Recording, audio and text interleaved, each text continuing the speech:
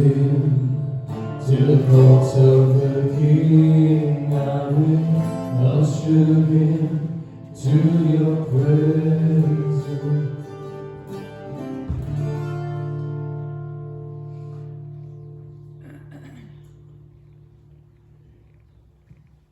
Thank you, guys. Good morning. Good morning. And a special warm welcome to those who are visiting us. And today is the seventh Sunday after Pentecost, and we thank the Lord for congregating us together in this cold weather so that we can have fellowship with one another. May the peace of the Lord be with you. Shall we take a moment and share the peace of the Lord?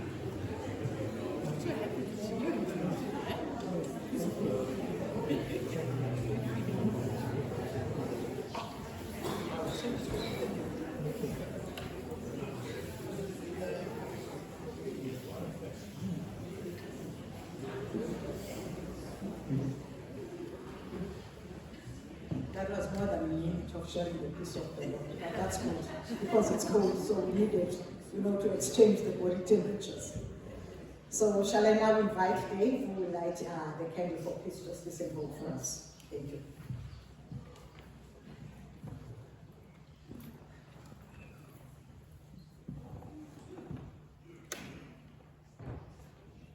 Good morning, everybody. Good morning, Dave. Good to be sharing with you again this morning. I thought that what we would do this morning is focus on two areas as we share in our prayer for peace, hope, and justice and light the candle. The first is that this month is Mental Health Month, in case you didn't know. July is Mental Health Month, and so we will focus on that. And then the ongoing inclement weather and the effects of the flooding, especially in the poorer areas, the informal housing settlements in our province and our city, especially, and now it's thousands who have lost homes and all their possessions. So we light the candle as we think of those two areas of life, particularly today. And Alan, give me a moment, I've got to get up there. See the light.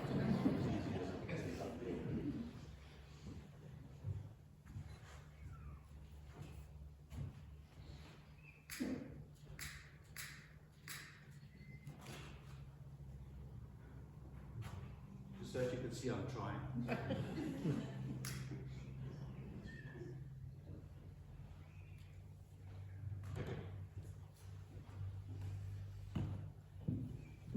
So let us pray. Most gracious God, we pray today for those who struggle in the whole area of mental health in any way, for those who suffer from depression, and for those who find even the most menial functioning in areas of their lives difficult and overwhelming, those who are lonely, those who are lost, and especially we pray for those who find no value and purpose in their lives. And on the other hand, we pray for those also who suffer from the most debilitating of mental illness. We pray, Lord, that they may know your presence in the midst of what often feels to them like darkness, and that in their deeper souls, and in their moments of deep despair, they may find hope and value and purpose and peace. Lord, in your mercy, hear our prayer. And then we pray for those who are homeless, particularly in this inclement weather. All those who have been affected by the floods, losing homes and possessions, and having to start their lives all over again. And especially today, we pray for those who have no shelter or place of warmth, and are exposed to the elements. Lord, that you would move the hearts of those who have even the most basic needs of shelter and warmth to share.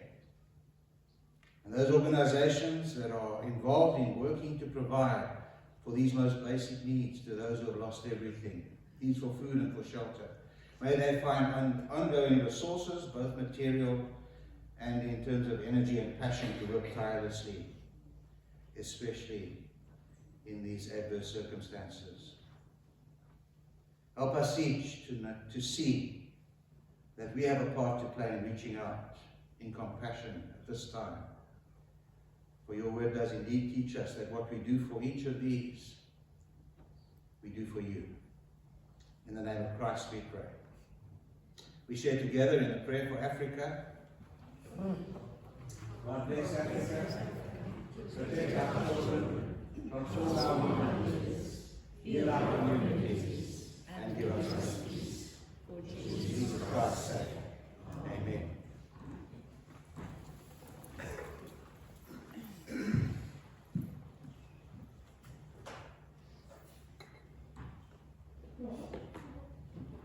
Thanks, Dave. We shall now do our call to worship, and it's based on Psalm 24. And the psalmist here is actually declaring the Lord as the creator of all. And this poem is really about the entrance of God into humanity and what the requirements of humanity into God's space. The earth is the Lord's and everything in it, the world and all who live in it. For he founded it upon the seas and established it upon the waters. Who may stand in his holy place? It's he who has clean hands and a pure heart, who does not lift up his soul to an idol or swear by what is false.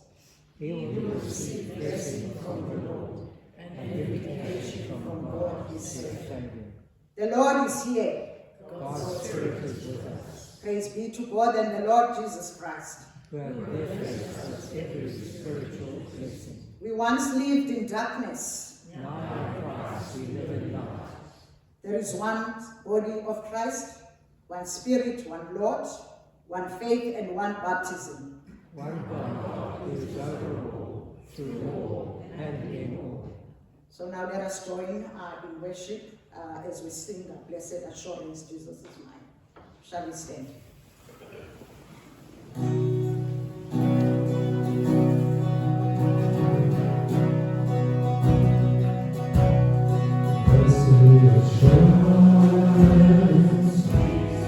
Jesus is mine. Oh, what a foretaste of glory divine, heir of salvation, purchase of God, born of His Spirit, washed in His blood. This is my story, this is my song, praising my Savior all the day long. This is my story, this is my song, praising my Savior all the day long. Perfect submission, perfect delight, visions of rapture, numbers on my side, angels descending, rain from above, echoes of mercy, whispers of love. This is my story, this is my song, praising my Savior all the day long. This is my story, this is my song, praising my Savior all the day long. Perfect salvation, always at rest. I in my Savior, I'm happy and blessed. Watching and waiting, looking above, filled with His goodness, lost in His love. This is my story, this is my song, praising my Savior all the day long. This is my story, this is my song, praising my Savior all the day long. This is my story. This is my story.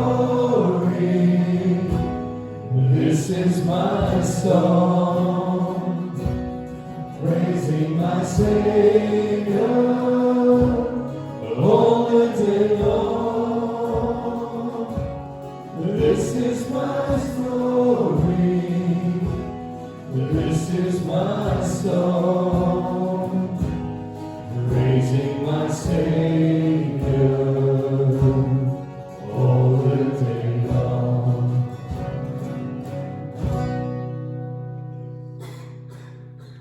You may be seated. Let us pray.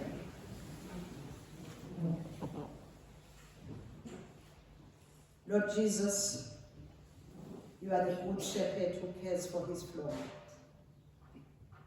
Your love and protection are our comfort and security from the spirits of darkness.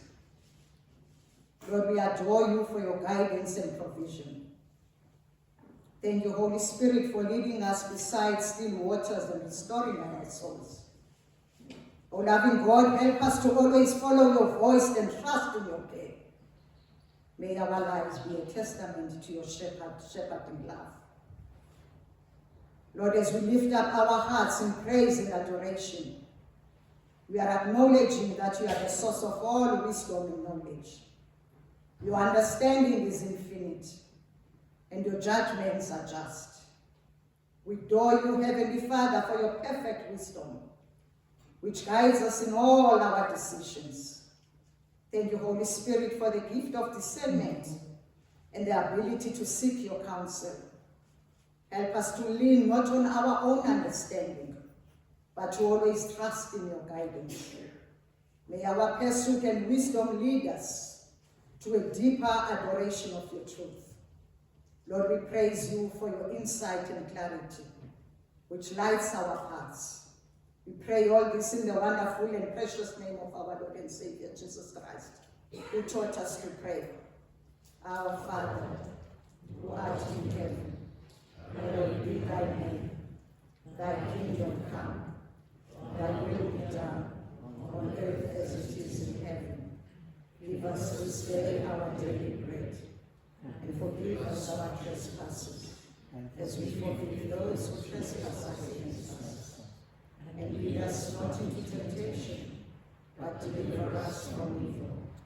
For thine is the kingdom, the power, and the glory, forever and ever. Amen. Shall we now do the prayer of confession? Almighty and most merciful Father, we have erred and strayed from your ways at lost sheep. We have followed too much the devices and desires of our own hearts. We have offended against your holy laws. We have left undone those things which we ought to have done, and we have done those things which were and there is nothing good in us. O Lord, have mercy upon us, miserable offenders. Spare those, O God, who confess their faults. Restore those who are penitent, according to your promises declared unto men in Christ Jesus our Lord. Grant that we may hereafter live a godly, righteous, and sober life, to the glory of his name. Amen. Shall we take a moment of silence as we reflect on our sinfulness?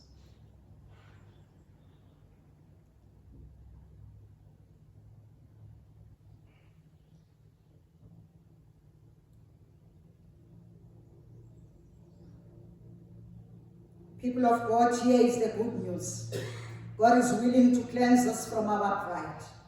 God is willing to cleanse us from our blindness.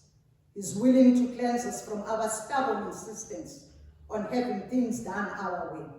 And through God's grace, we are washed and forgiven. Thanks be to God. Hallelujah. Amen. Shall I now invite Pam, the society steward, who will take us through the notices.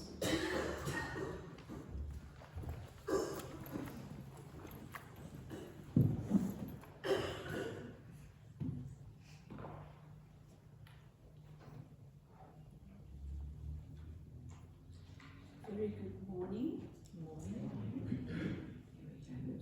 Yeah, I'd like to say very warm welcome. It's warm in our hearts, as I said last Sunday. Do we have any visitors with us this morning? Any visitors? No? Awesome to see you all here this morning. Okay, so notices. Social concerns. A very big thank you to the body of DMC. This past week, many recipients of blankets, baby clothes, baby blankets, sheets, and warm clothing were sent to the informal settlement of Solari's past, and they slept warmer because of you. The thought of babies sleeping in cardboard boxes really got to me. We delivered to Somerset West, where Love in Action distributed according to need. A very big thank you for that, DNC. And birthdays, we'd like to wish all of you having a birthday in the next few days a very happy birthday, and may God continue to be with you all. If anybody would like to join DMC, or if anybody has any prayer requests, or would like a copy of the weekly notices, please put your name at the help desk. And if you've missed any of the notices, they're all on the board outside. Enjoy the service.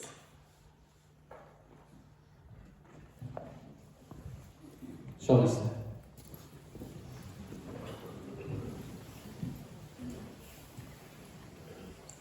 We will now be taking the offertory, and I'll also hand over to you guys to lead us.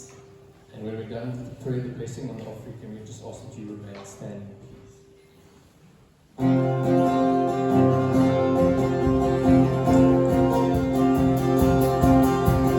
Praises rising, eyes are turning to you. We turn to you. Oh, grace stirring, hearts are yearning for you. We long for you. 'Cause when we see you, we find strength to face the day. In your presence, all our fears are washed away, washed away. Hosanna,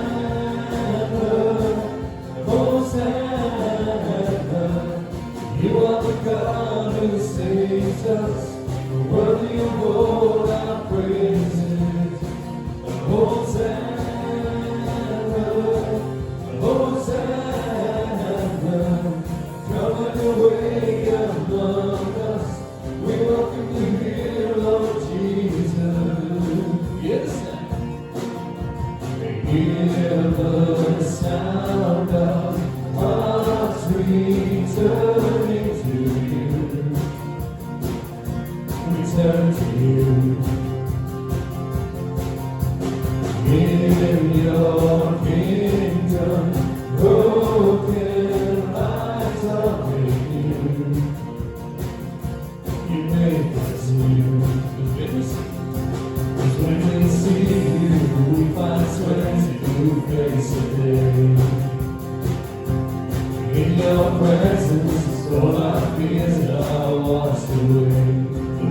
washed away. Hosanna, Hosanna, you're the God who saves us, worthy of all our praises. Hosanna, Hosanna, come on your way among us. We welcome you here, Lord Jesus.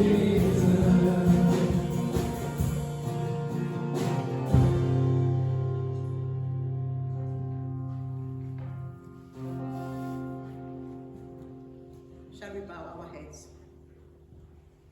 Generous Father, we thank you that all things were created through you and for you. You are before all things. The world and all its people belong to you. Lord, we recognize everything we have belongs to you. We acknowledge that our very lives belong to you. We now come before you in humility, offering back to you a portion of what you have generously given us. May God the Father prepare our journey. Jesus the Son guide our footsteps, and the Holy Spirit watch over us on every path that we follow. Through Jesus Christ, our Lord and Savior, we pray. Amen. We may be seated.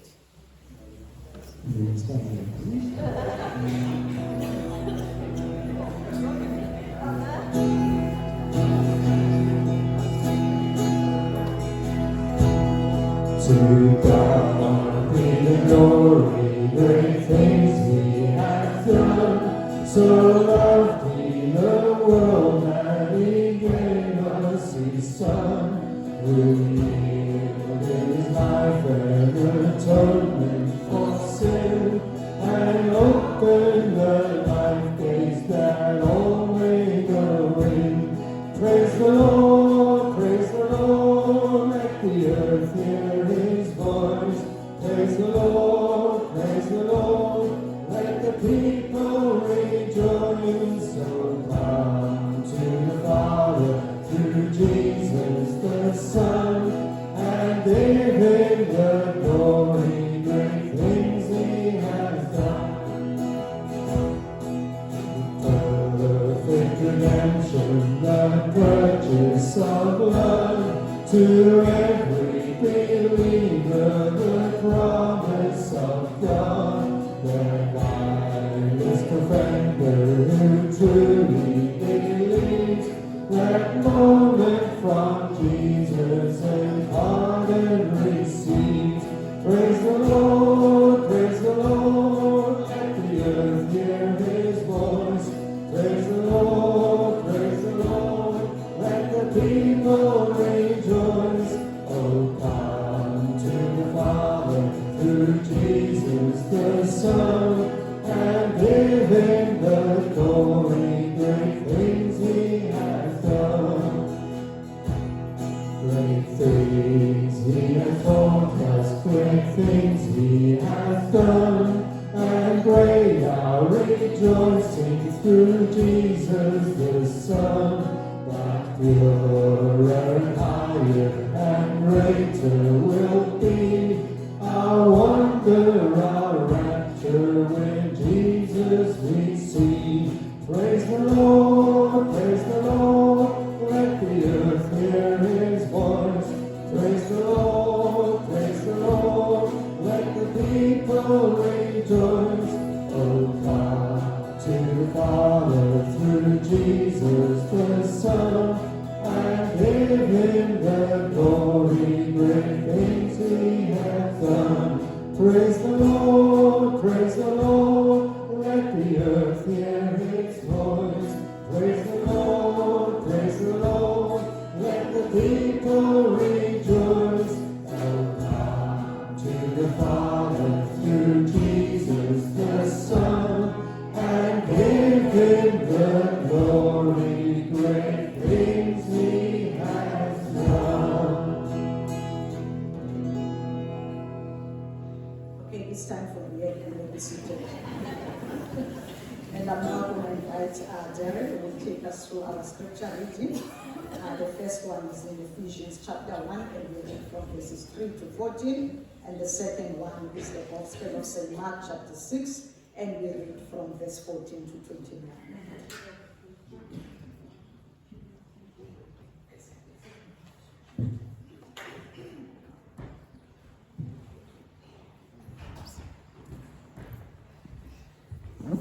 Okay, the first reading from Ephesians.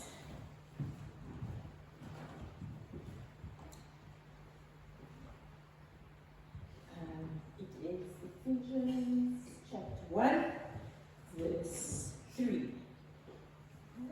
Yes. Chapter 1, 3 to 14. Spiritual blessings in Christ. Praise be to God, the Father of our Lord Jesus Christ, who has blessed us in the heavenly realms with every spiritual blessing in Christ. For he chose us in him before the creation of the world to be holy and blameless in his sight. In love, he predestined us to be adopted as his sons through Jesus Christ in accordance with his pleasure and will, to the praise of his glorious grace, which he has freely given us in the one he loves. In him we have redemption through his blood, and forgiveness of sins in accordance with the riches of God's grace that he lavished on us with all wisdom and understanding.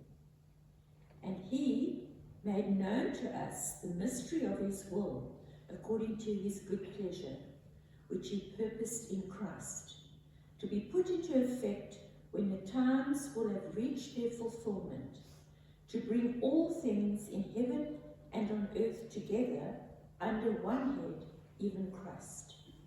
In him we were also chosen, having been predestined according to the plan of him who works out everything in conformity with the purpose of his will, in order that we, who were the first to hope in Christ, might be for the praise of his glory.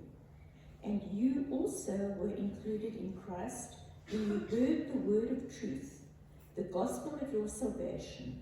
Having believed, you were marked in him with a seal, the promised Holy Spirit, who is a deposit guaranteeing our inheritance until the redemption of those who are God's possession, to the praise of his glory.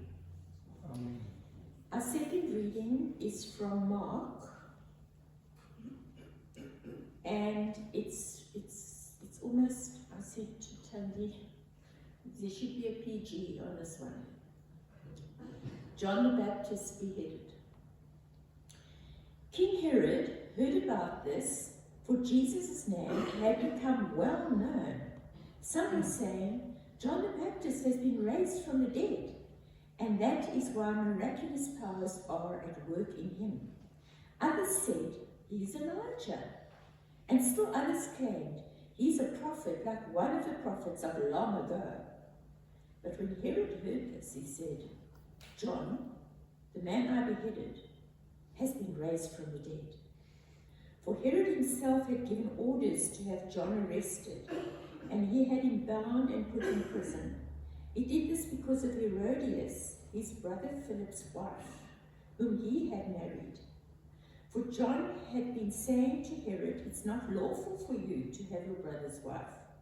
So Herodias nursed a grudge against John and wanted to kill him. But she was not able to do so, because Herod feared John and protected him, knowing him to be a righteous man and holy man. When Herod heard John, he was greatly puzzled, yet he liked to listen to him.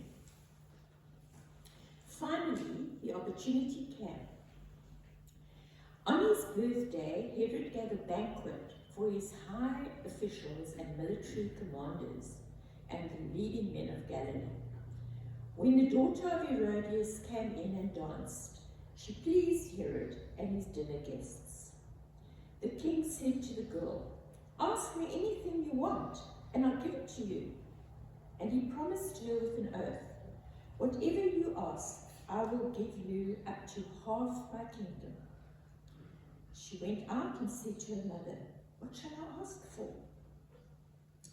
The head of John the Baptist. she answered.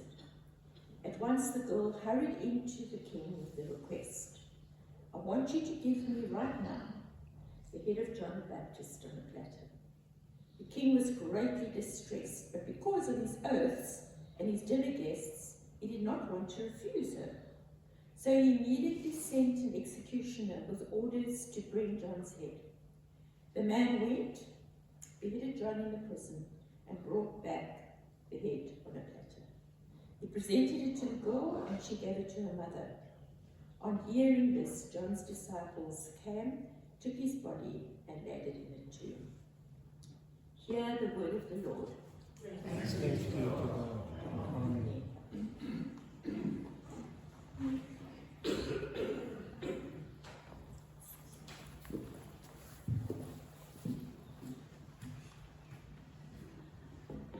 Let us pray.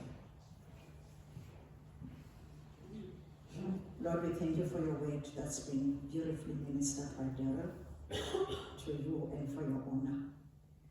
Lord, I pray that you pour your Holy Spirit upon us so that we may listen through the Holy Spirit inspired ears. May the words of my mouth and the meditation of my heart be pleasing in your sight. In Jesus' name I pray. Amen.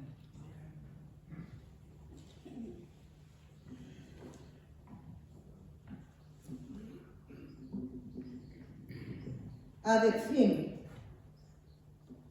that I've given for this sermon is about the truth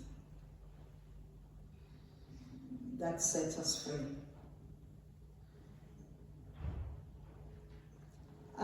These words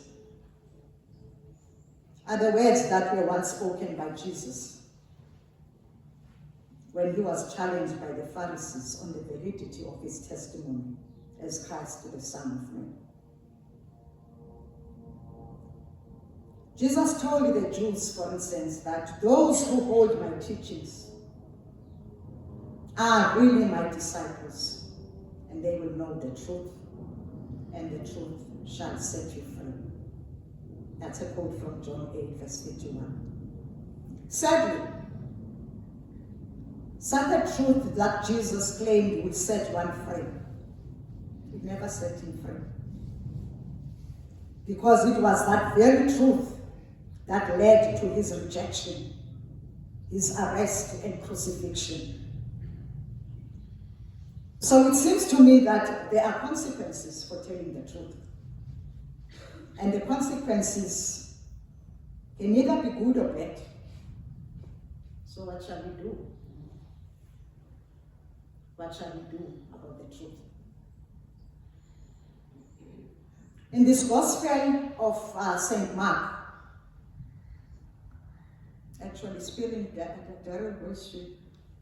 of parental guidance, like when I looked at the heading, like of the passage, I was like, oh my goodness, it sent a chill, like in my spine.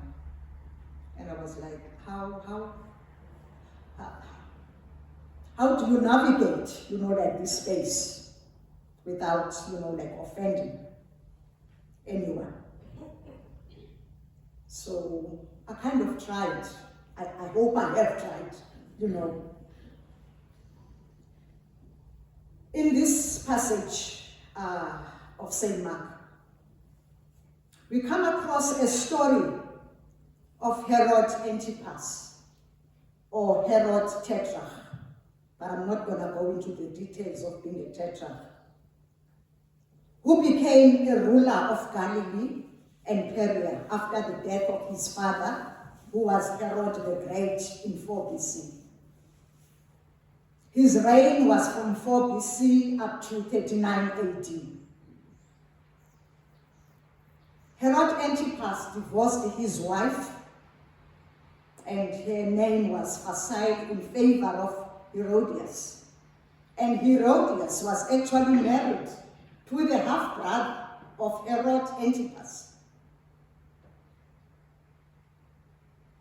And it was John Baptist's condemnation of such a marriage that led Antipas to arrest John and put him into prison and subsequently to death. It is possible wonderful, by the way, that John the Baptizer was not the only one who actually condemned such a marriage. Because somewhere in Mark chapter 10, we come across Jesus being tested, for instance, by the Pharisees. Because they actually asked Jesus whether it was lawful for a man to divorce his wife. And Jesus, in his response, he said, anyone who divorces his wife and marries another woman commits adultery. Equally, this is also true for a woman who divorces her husband.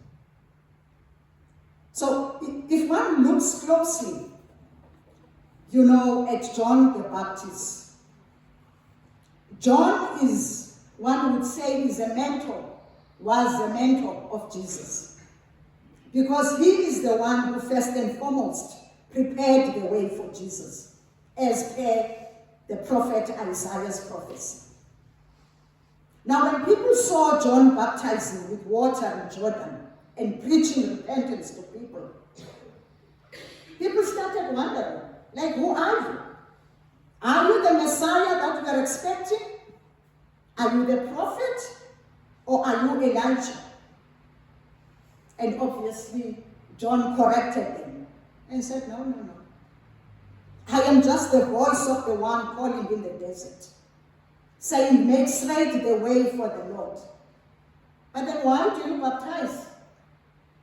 If you are not the Messiah, then why do you baptize? And he told them that I baptize with water. But among you guys stand the one you do not know. He is the powerful one. He is the one who comes after me. And the thorns of his sandals I am not even worthy to untie.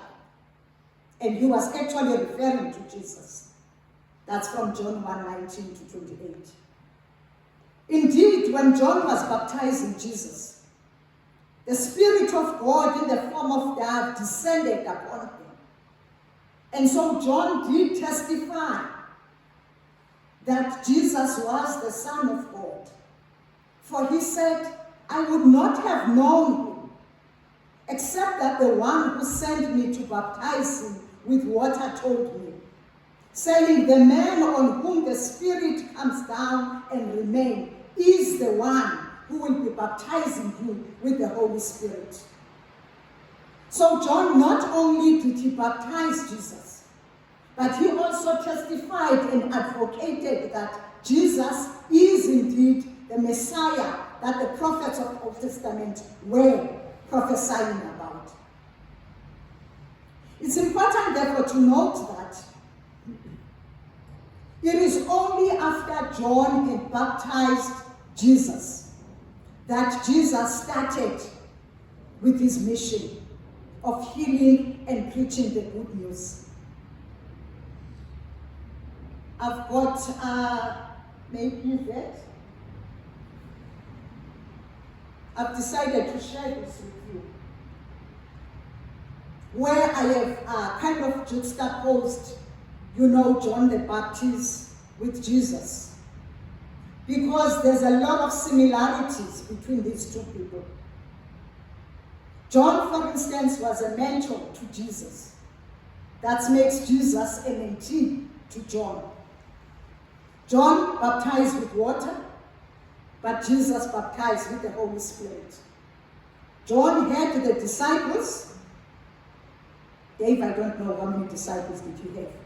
But what we do know is that Jesus did have 12 disciples. John preached the repentance and forgiveness of sins. Jesus also preached repentance, forgiveness of sins, and believing in the good news. John was imprisoned. Jesus was charged. He went from one court to another. He went to Annas' court, to Caiaphas, and Pontius Pilate's court. John was beheaded for telling the truth. Jesus was crucified for telling the truth and claiming to be the Son of God. And that's what was seen as a blasphemy by the authorities, the religious authorities. John died under the Roman authority, Herod Antipas. And Jesus also died under the very Roman authority, but this time it was under Pontius Pilate. Herod Antipas feared John and protected him, for he knew that John was a righteous man, and yet the very person who was claiming that John was a righteous man killed John because he had to satisfy Herodias. Pontius Pilate, on the other hand, he admitted that when these people brought, like Jesus Christ to him, where they were laying charges against Jesus, Pontius Pilate, having listened to everything that was said, and having interrogated Jesus, he found no grounds for the death penalty of Jesus. And in fact, even the wife sent him a piece of note stating that you must have absolutely nothing to do with the judgment of this man, because I could hardly sleep at night in my dreams. This man is innocent, so make sure that you do absolutely nothing about him.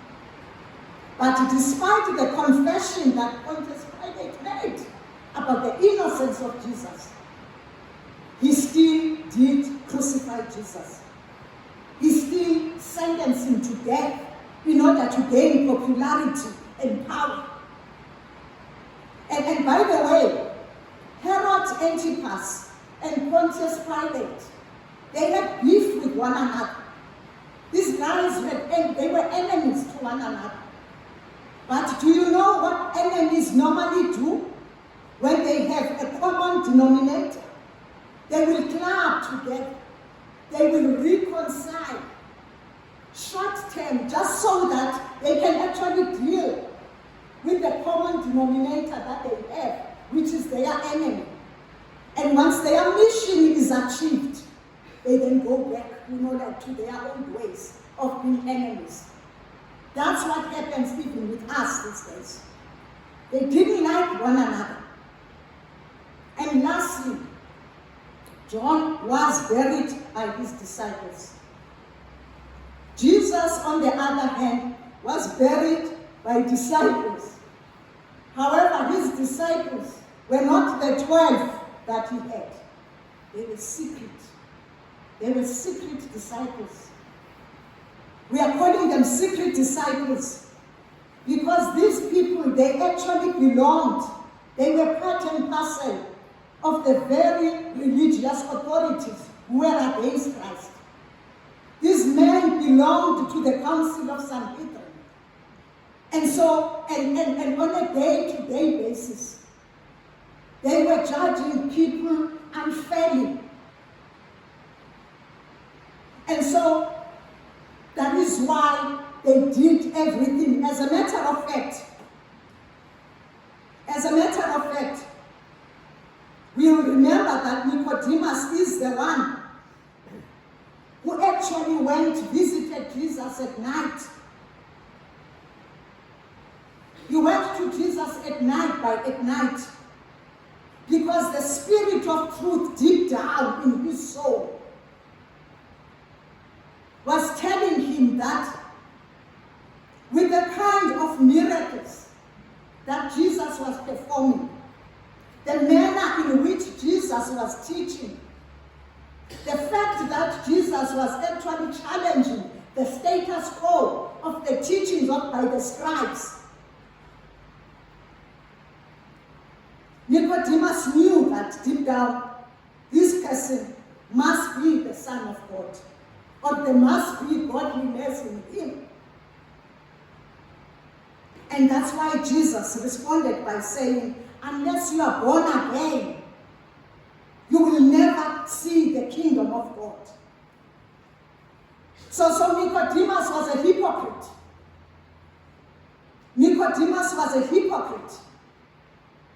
because he probably was enjoying the status and the prestige of being in the council. And deep down, through the spirit of truth, you know, ladies and gentlemen, the fact that we are created in the image of God, it means in us there is godliness. That is why if you are doing something wrong, you would hide it. Because deep down you know it is not right. But of course, you know, like in the Alpha course, one guy actually said, but there are people who just cannot differentiate between right and wrong. Like it's in their genes. They just cannot make the difference. What do you say about such people? So what I'm saying, Nicodemus deep down knew that there is no person, an ordinary man like me and you, who has such authority as far as the teachings are concerned. There is no person who can challenge the scribes or the teachers of the law in the manner they are teaching. That is why they kept asking Jesus, who gave you such an authority? But deep down, because the Spirit of truth, the Holy Spirit of God, on a daily basis, it does talk to us. It does. The Spirit, God, talks to us. But because of the busyness of our days, we do not hear that little voice. And so that is why this guy crawled by night. And he was doing this, Nicodemus was actually doing this, because he knew what the consequences of supporting Jesus, or rather declaring and making a proclamation in public, what the results or the consequences of doing such would be, given the fact that he was belonging to the religious authorities. So, just like John, for instance, in this text, how many people have died in the previous regime of apartheid because of telling the truth? The name that comes into my mind right now is Steve Biko. Just like John in this text, how many whistleblowers are dying in the government of ANC as a result of telling the truth about corruption? And the name of Babita Deokaran comes into my mind right now. Because what she did, she exposed the corruption that was happening during the COVID-19, and that was in the Department of Health. The truth shall set you free. But telling the truth also comes with consequences. So what shall we do? Having mirrored and compared John with Jesus, it seems to me that there are so many similarities between these two, such that one can deduce that Jesus' mission on earth was in fact foreshadowed by John the Baptist. So what was happening to John, in a way, was predicting what was going to happen, like to Jesus. If you preach the gospel. In fact, to substantiate this statement, one can refer to Mark, where the teachers of the law, the chief priests, and the elders were questioning Jesus about his authority of doing things the way he was doing. And Jesus, in return,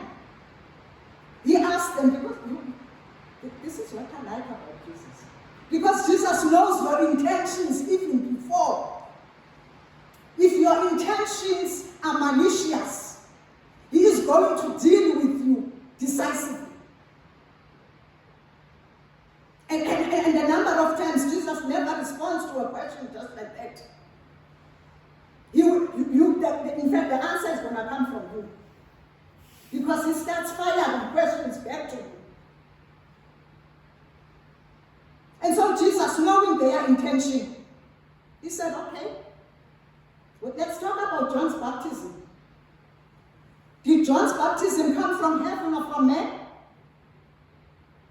And they knew that if we say it came from heaven, then Jesus is going to ask them, then why did you believe him?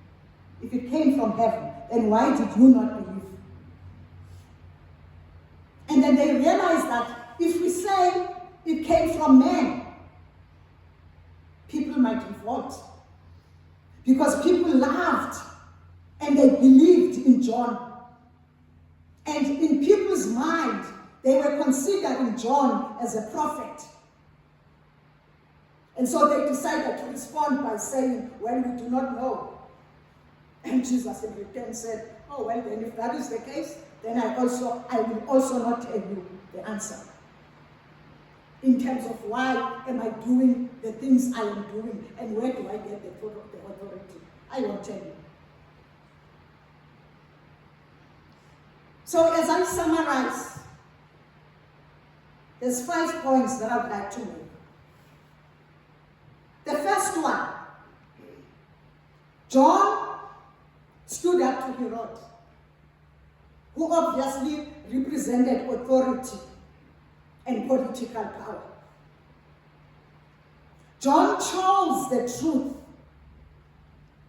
of pleasing God, even if it meant losing his life. Because our mistake, we tend to please because we want to say, we are people pleasers a number of times. And a number of times, it's not that we do not know the truth, but you first scan your environment. Who is here? What is at stake here? And so you make a decision based on the people and not on what is correct and what is not true or is the truth. The second one, John had the courage and was very unwavering to the mission of the gospel of truth. Even in the Lord's Prayer, Jesus taught us clearly that God's will must be done on earth in the same way that it is done in heaven. As disciples of Christ, we should strive to emulate him. That is why Jesus at some stage said, if you want to follow me, you must carry the cross. And carrying that cross, it comes with consequences. The consequences are very dire. Thirdly, Herod chose self-preservation and popularity in the same way that Pontius Pilate did. They knew the truth. And what is interesting about Mark here makes claims that Herod feared and protected John. If he feared and protected John, then why didn't he do that as far as his actions are concerned? Because what he was saying verbally contradicts his actions.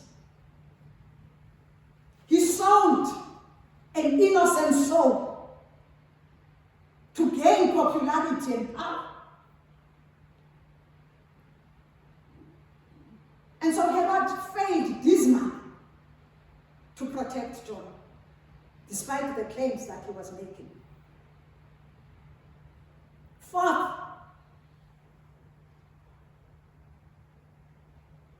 there we go. Technology. The truth shall set us free. And that's quite correct. Telling the truth, it does set us free. Even if it means compromising yourself. Because from a conscience point of view, you are so much at peace by telling the truth. And yes, the consequences can be dire. Because people will hate you. People will hate you. People, they will use their power to persecute you for telling the truth. But again, Jesus says, blessed are you who are persecuted. Because at the end of the day, those are the people who will see the kingdom of God.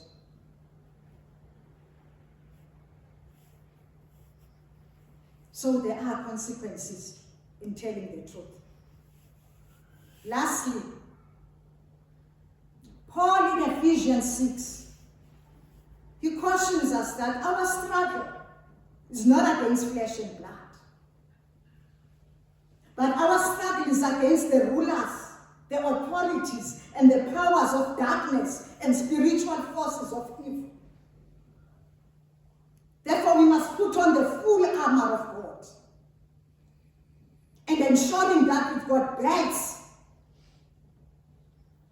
And our belts, they should be the belts, like of the truth, at all times around our waists. And we must have the breastplate of righteousness in place so that we are able to stand firm in extinguishing all the flaming arrows of the evil. Amen.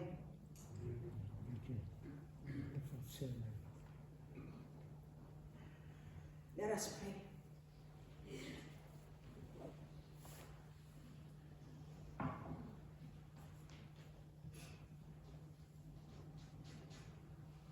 Heavenly Father,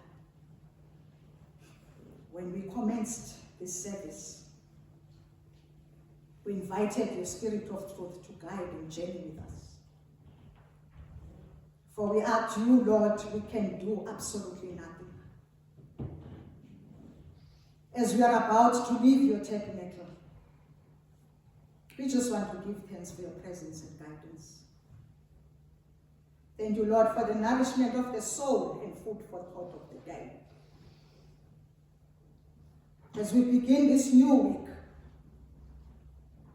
may your words be well digested and find a place to dwell in our hearts, in order to inspire us and give us hope when we encounter challenges. May we fearlessly proclaim your truth and remain resolute in standing for it, so that we do not please others but you alone.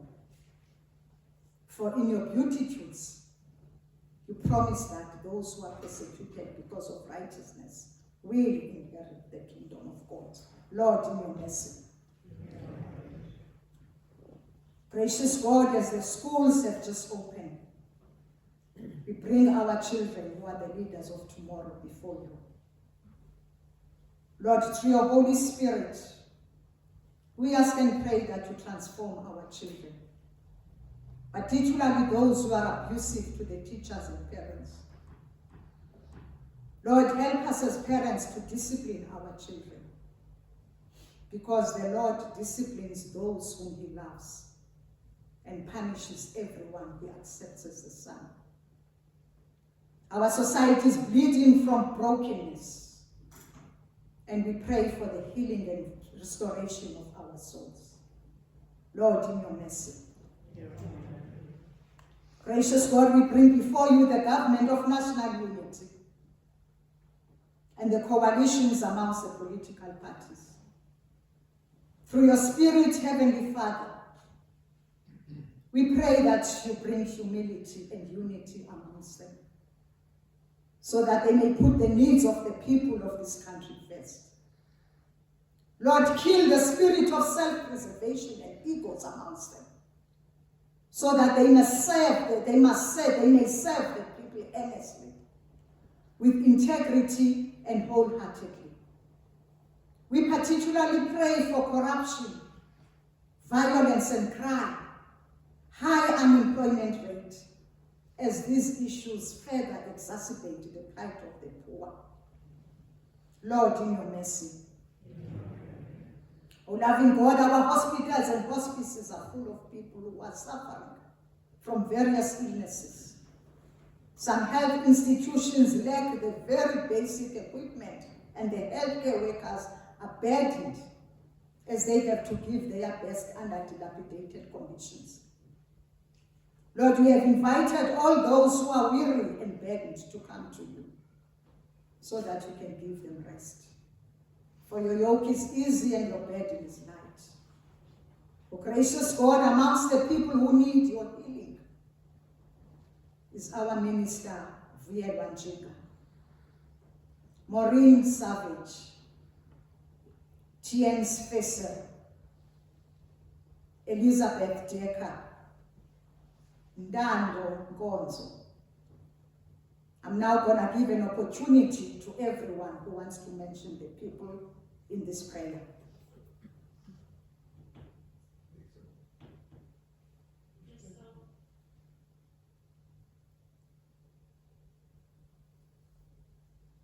As a miraculous God, we know that with your wounds and stripes we have been healed. We therefore pray, dear Lord, that you may comfort and bring healing to those who are suffering. Lord, in your mercy. Amen. Heavenly Father, in these wet and stormy weathers, there are people who lost all their belongings, including the roof above their heads. Some families have even lost their loved ones. And so, God, we pray that you cover and shield such people, and that the authorities may bring the emergency relief services urgently in order to lessen the plight of the pain. We pray all this in the precious name of our Lord and Savior, Jesus Christ. Amen. Shall we now stand as we sing our closing song, Blessed Be Your Name.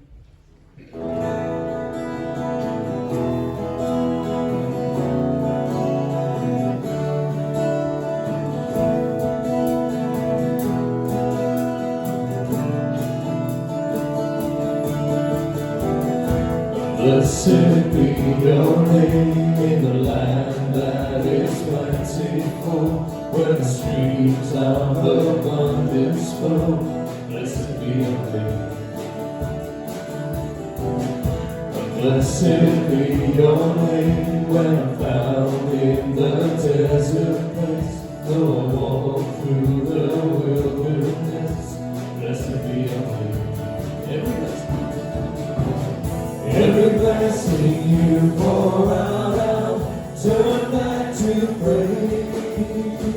When the darkness closes in, Lord, still I will say, blessed be the name of the Lord. Blessed be your name. Blessed be the name of the Lord.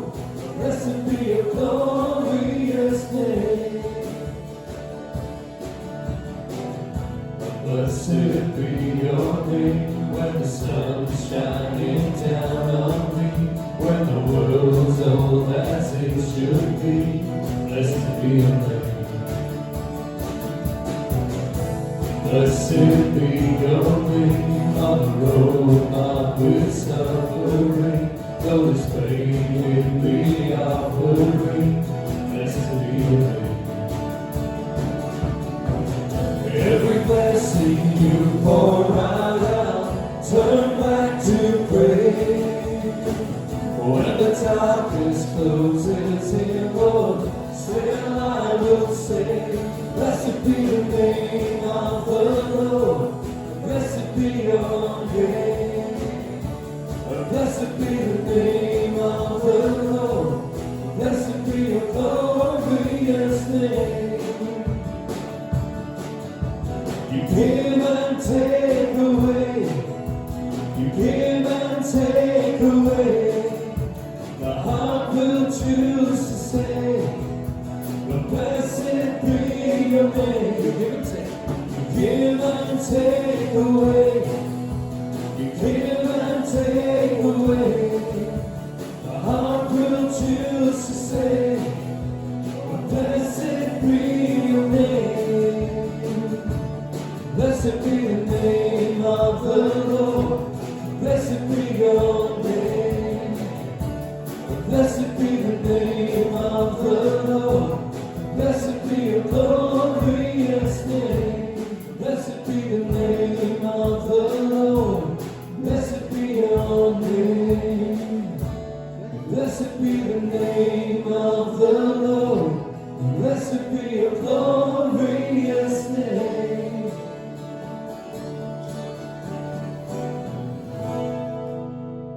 Thank you guys. I would just like to thank everybody, starting with you guys, the worship team.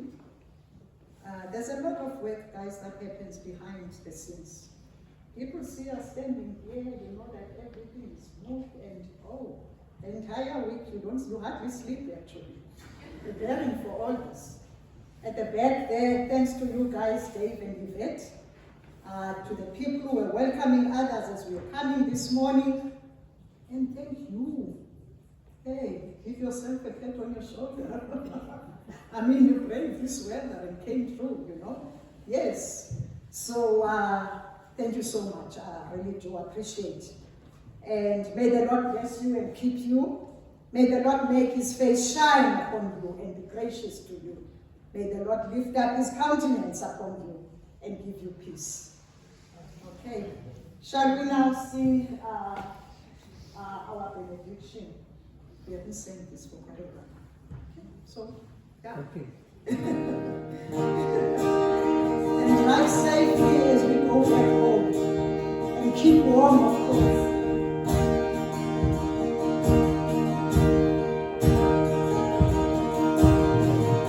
The Lord bless you and keep you, and make his face shine upon you, be gracious to you.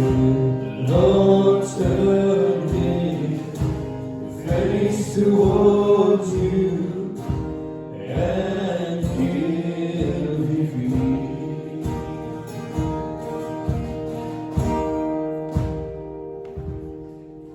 Thank you. Thank you so much. There will be coffee and tea today. Oh, yes.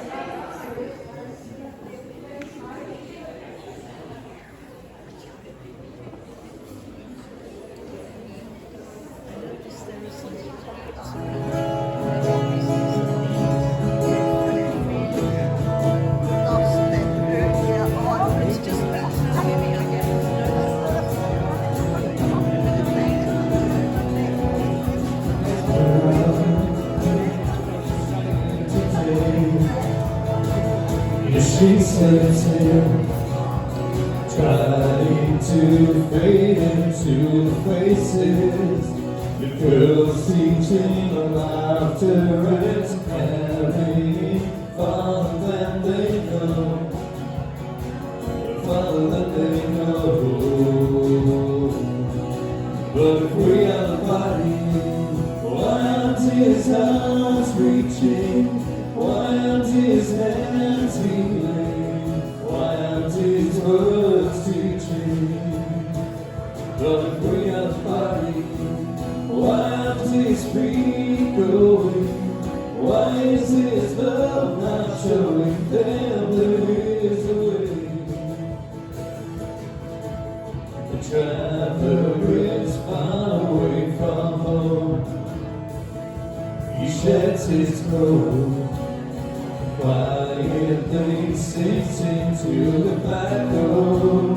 The way out there, judgmental glances tells him that his chances are better out on the road. And if And we are the body, while to his arms reaching, while to his hands healing, while to his words teaching. And we are the body, while to his feet going, why is his love not showing? Then there is a way. Jesus paid much too high a price for us to pick and choose who should come. We are the body of Christ. And if we are the body, why aren't his arms reaching? Why aren't his hands healing? Why aren't his words teaching? And if we are the body, why aren't his feet